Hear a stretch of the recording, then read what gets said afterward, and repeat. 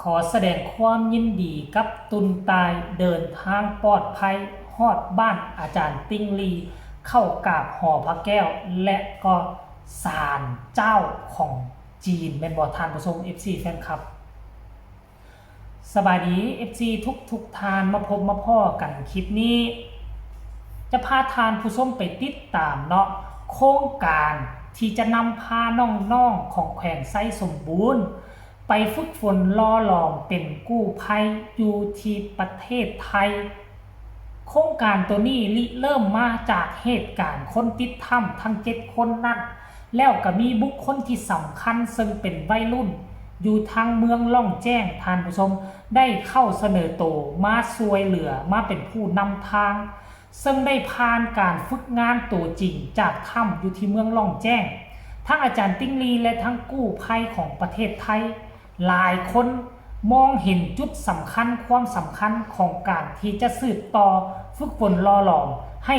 ทีมงานอาสาสมัครวัยรุ่นเมืองล่องแจ้งให้ข้าเจ้ามีมาตรฐานเก่งกล้าสามารถนำเอาความรู้ตัวนั้นไปต่อยอดข้าเจ้าจึงล้มกันตัดสินใจจะเอาทีมบรรดาตุน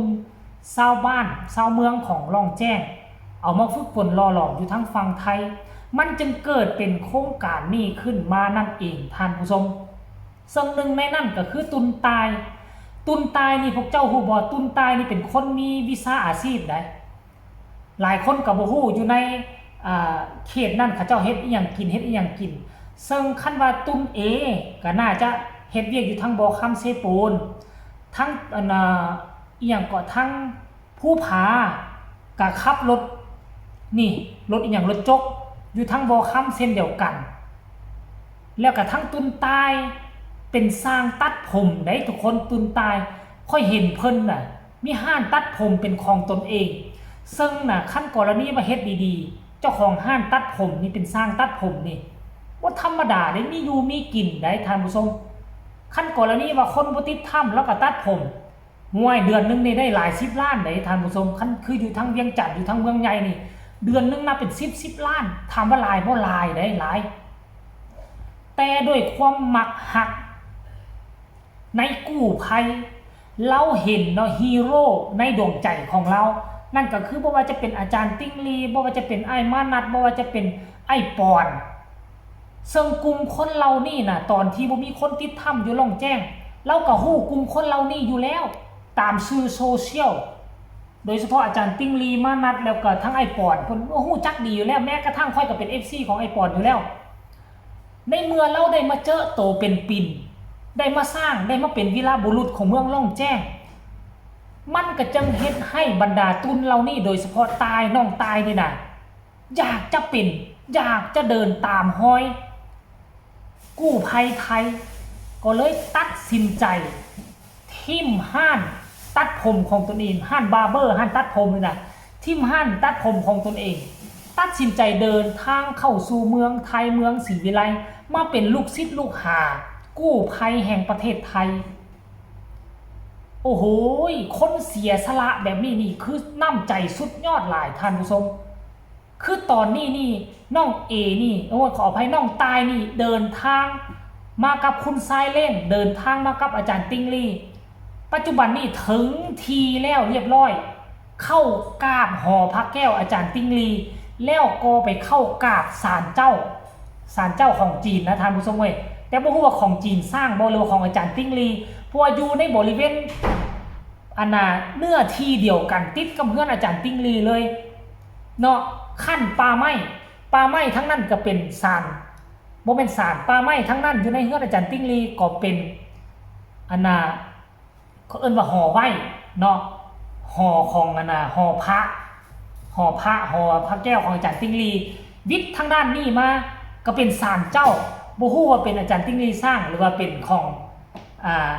ชุมชนเขาเจ้าสร้างบ่ผู้ใดฮู้ก็คอมเมนต์มาบอกค่อยในเด้อท่านผู้ชม FC แฟนคลับเดี๋ยวนี้นี่น่ะโอกาสมันมาแล้วถึงขั้นเขาเจ้าวางแผนว่าขั้นว่าบรรดาทีมตุนจะมาเฮียนเป็นกู้ภัยนี่น่ะเขาเจ้าก็สิเฮ็ด MOU ให้มันถูกกฎหมายแล้วหาเวียกเฮ็ดงานทำให้หมายเข้ามาให้เขาเจ้าได้มีเงินมีคำเงินเดือนกินแล้ววางแล้วก็มาเป็นกู้ภัย เพราะว่าส่วนใหญ่กู้ภัยนี่บางคนก็มีวิชาอาชีพได้เวลาว่างแล้วกลับมาเป็นกู้ภัยช่วยเหลือสังคมบัดนี้ทีมน้องๆของเมืองล่องแจ้งไปนี่ก็จำเป็นต้องให้เขามีเงินเดือนกินเนาะเฮ็ดเวียกเฮ็ดบ้านมีเงินเดือนกินขั้นก่อนแล้วนี่ว่าบ่หาเวียกเฮ็ดงานทำให้เขาสิมาเป็นกู้ภัยนี่ก็บ่มีเงินเดือนกินในกู้ภัยมันคือจิตใจอาสาช่วยเหลือสังคมขั้นสิมาอาศัยมาเฮียนเป็น 2-3 เดือนนี่เงินเดือนบ่มีเขาก็อยู่บ่ได้ได้สิมาให้ทั้งอาจารย์ติ้งลี่รับผิดชอบดูแลเลี้ยงดูปูเสือนี่ก็โอ้ยก็สิหนักอยู่ได้ท่านผู้ชมเพิ่นเป็นอาจารย์สอนมีบ่อยู่บ่นอนให้สอนแล้วสอนวิชาความรู้แล้วยังสิมาให้เพิ่นเอาเงินนำเงินเดือนให้มันก็สิบ่เป็นได้มันก็สิบ่แม่นได้เพราะฉะนั้นได้ยินข่าวทั้งไอ้มนัดเพิ่นว่าสิเฮ็ด MOU สิหาเวียกเฮ็ดงานทำพอให้ซุมนี้ได้เงินนำเงินเดือนขั้นก่อนแล้วนี่ว่าสิอยู่นี่ต่อก็เฮ็ดเวียกต่อไปตาม MOU เลยขั้นว่าเฮียนจบคอร์สแล้วสามารถต่อยอดได้แล้วอยากจะกลับมาพัฒนาเมืองล่องแจ้งอยากจะกลับมาช่วยเหลือสังคมบ้านตัวเองก็กลับมาท่านผู้ชมอันนี้มันเป็นการดีท่านผู้ชมแต่ว่าเรื่องลงเลิกสิเป็นจังใดที่เป็นแนวใดเขาสิได้เฮ็ดเวียกด้านใดและจะมีเอาเวลาใดมาเป็นกู้ภัยนี่มาเฮียนกู้ภัยนี่ก็ให้ติดตามเบิ่งเนาะทั้งผู้หลักผู้ใหญ่โดยเฉพาะทั้งอาจารย์ติ้งลีผู้แหล่ท่านผู้ชมเบิ่งเพิ่นจะออกแถลงข่าวแนวใดเนาะแล้วจะมีผู้ใดแน่ที่จะตัดสินใจไปร่วมทีมกันกับตุนตายปัจจุบันนี้ตุนตายนี่คนแรกนี่มาก่อนยังเหลือตุนอ้วนยังเหลือตุนอ้วนตุนเอนี่สิเอาแนวใดหรือว่าสิตัดสินใจทำมาหากินอยู่บ้านเฮาบ่เพราะว่า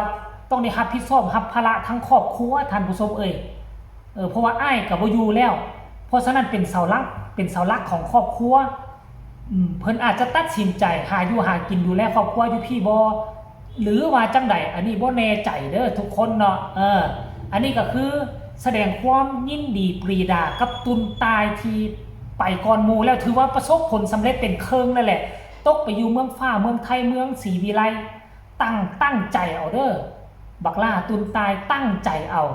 ฝึกฝนรอหลอมนำเอาความรู้ความสามารถมาช่วยเหลือคนอยู่บ้านเฮาประเทศเฮาน่ะจะมีกู้ภัยที่มีคุณภาพมีความสามารถบุกทะลุลุยทุกสภาพดินฟ้าอากาศต้องได้ไปเฮียนเอาเด้อตัดสินใจเอาแล้วท่านผู้ชม FC แฟนคลับก็ขอฝากฟังเอาไว้ซ้ำนี้ก็แล้วกันเด้อทุกคน FC แฟนคลับหมดสุผู้สุคนพี่น้องชาวลาวชาวไทยได้ไปเห็นตุนตายอยู่พุ่นกะอย่าสู้ไปรังเกียจอย่าสู้ไปอันนั้นเพิ่นหลายแล้วก็คนบ้านนอกทั้งฝั่งลาวคนนึงไปหั่นแหละก็ขอให้พี่น้องฝั่งไทยอยู่ทั้งฝั่งนั้นโอบอ้อมเอาบอกสอนเอาตุนตายในเด้อท่านผู้ชมเนาะ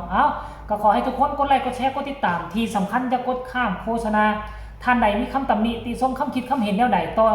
ตุนตายตัดสินใจไปเฮียนกู้ภัยก็สามารถคอมเมนต์มาได้ทางใต้คอมเมนต์สำหรับคลิปนี้ลาท่านผู้ชมไปก่อนสบายดี